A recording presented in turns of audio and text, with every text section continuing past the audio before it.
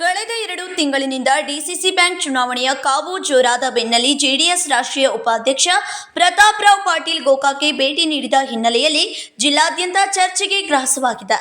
ಸಹಕಾರಿ ರಂಗದಲ್ಲಿ ಸದಸ್ಯರ ಸಂಖ್ಯೆ ಬಗ್ಗೆ ನನಗೆ ಮಾಹಿತಿ ಇಲ್ಲ. ಕಡಾಡಿಯವರು ಗೋಕಾಕ್ದಲ್ಲಿ ಹೆಚ್ಚು ಮತಗಳನ್ನು ಪಡೆದಿದ್ದಾರೆ. ಅವರಿಗೆ ಬರುವ ಚುನಾವಣೆಯಲ್ಲಿ ಟಿಕೆಟ್ ಕೈ ತಪ್ಪಬಹುದು. ಅವರಿಗೆ ಜೆಡಿಎಸ್ನಿಂದ ರಾಷ್ಟ್ರೀಯ ಉಪಾಧ್ಯಕ್ಷನಾಗಿ ನಾನು ಟಿಕೆಟ್ ನೀಡುತ್ತೇನೆ ಎಂದು ಖಡಾಖಂಡಿತವಾಗಿ ಹೇಳಿದ್ದಾರೆ. ನ್ಯಾಷನಲ್ ವೈಸ್ ಪ್ರೆಸಿಡೆಂಟ್ JDS ನನ್ನ ಮೇಲೆ ದೇವೇಗೌಡರು ಒಬ್ರು ಅದಾರ ಅಂತ ಅವ್ರ ಪಾರ್ಟಿ ಸೀಟ್ ಯಾವ್ದಾವ ನೋಡಕತ್ತೀನಿ. ಇವ್ರಿಗೆ ಹೆಚ್ಚು ಕಾಂಗ್ರೆಸ್ದಾಗ ಓಟ್ ಬಿದ್ದಾವತ್ ಇವ್ರ ಟಿಕೆಟು ಕ್ಯಾನ್ಸಲ್ ಆಗ್ಬೋದು, ಹೆಚ್ಚು ಓಟ್ ಬಿಡೋಣ ಕ್ಯಾನ್ಸಲ್ ಆಗ್ಬೋದು.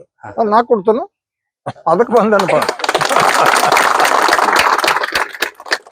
ಸರ್, ನೀವು ರಾಯಬಾಗ್ ತಾಲೂಕಿನಿಂದ ಡಿಸಿಸಿ ಸ್ಪರ್ಧೆ ಮಾಡ್ತೀರಾ ಸರ್? ಡಿಸಿಸಿ ಬ್ಯಾಂಕ್ ಸ್ಪರ್ಧೆ ಇಲ್ಲ, ನನಗೆ ಅದ್ರದ್ದೇನು ಸರ್ಕಲ್ ಎಷ್ಟು ಮೆಂಬರ್ಸ್ ಅದೇ ನನಗೇನು ಸ್ಟಡಿ ಮಾಡಿಲ್ಲ. ಎಷ್ಟು ಫೋಟೋಸ್ ಆಗಿದಾವೆ, ಎಷ್ಟು ಮಾಡಿದಾರು, ಎಷ್ಟು ಬೋಗಸ್ ಅದಾವು, ನಾ ಏನು ಸ್ಟಡಿ ಮಾಡಿಲ್ಲ. ಅದ್ರದ್ದೇನು ನಂಗೆ ವಿಷಯ ಇಲ್ಲ. ನೀವೇನಾದ್ರು ಈಗ ಡಾಕ್ಟರ್ ಮಹೇಶ್ ಕಡಾಡಿ ಅವ್ರ ಜೊತೆ ಕೂಡಿದ್ರಿ ನೀವು, ಅಥವಾ ಏನ್ ಕಾಂಗ್ರೆಸ್ ಬರೋ ಪ್ಲಾನ್ ಏನಾದ್ರು ಇದೆಯಾ? ಕೇಳೋ ಮಾತು ಕೇಳ್ರಿ, ನಾ ಹೆಂಗ ಬರ್ತೀನಪ್ಪ. ಅಲ್ಲ, ಈಗ ಬದಲಾವಣೆಯಲ್ಲಿ ರಾಜಕೀಯ ಸಹಕಾರಿ ರಂಗ ಬೆಳಗಾವಿ ಜಿಲ್ಲೆಯಲ್ಲಿ ಯಾವ ರೀತಿ ನಡೀತಾ ಅಂತ ತಮಗೂ ಕೂಡ ಗೊತ್ತಿದೆ. ಪ್ರೆಸೆಂಟ್ ಸಿಚುವೇಶನ್ ಅಲ್ಲಿ ಈ ಸಂದರ್ಭದಲ್ಲಿ ನೀವು ಗೋಕಾಕ್ ಆಗಮಿಸಿದ್ರಲ್ಲ, ಅದರ ಪ್ರಭಾವ ಏನಾದ್ರು ಸಹಕಾರಿ ರಂಗದ ಮೇಲೆ ಏನಾದ್ರು ಬೀರ್ಬಹುದಾ ಅಂತ? ನೋಡ್ರಿ, 224 MLA ಸೀಟ್ ಅದಾವ ಇಲ್ಲಿ ಕರ್ನಾಟಕದಾಗ. ಮಹಾರಾಷ್ಟ್ರದ ಮಾತಾಡಲಿ, ಕರ್ನಾಟಕ. I am all India vice president for JDS.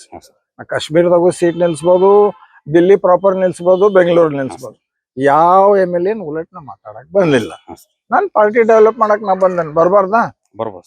S. Sanju Bekode, KMM Kannada news, Chikkodi.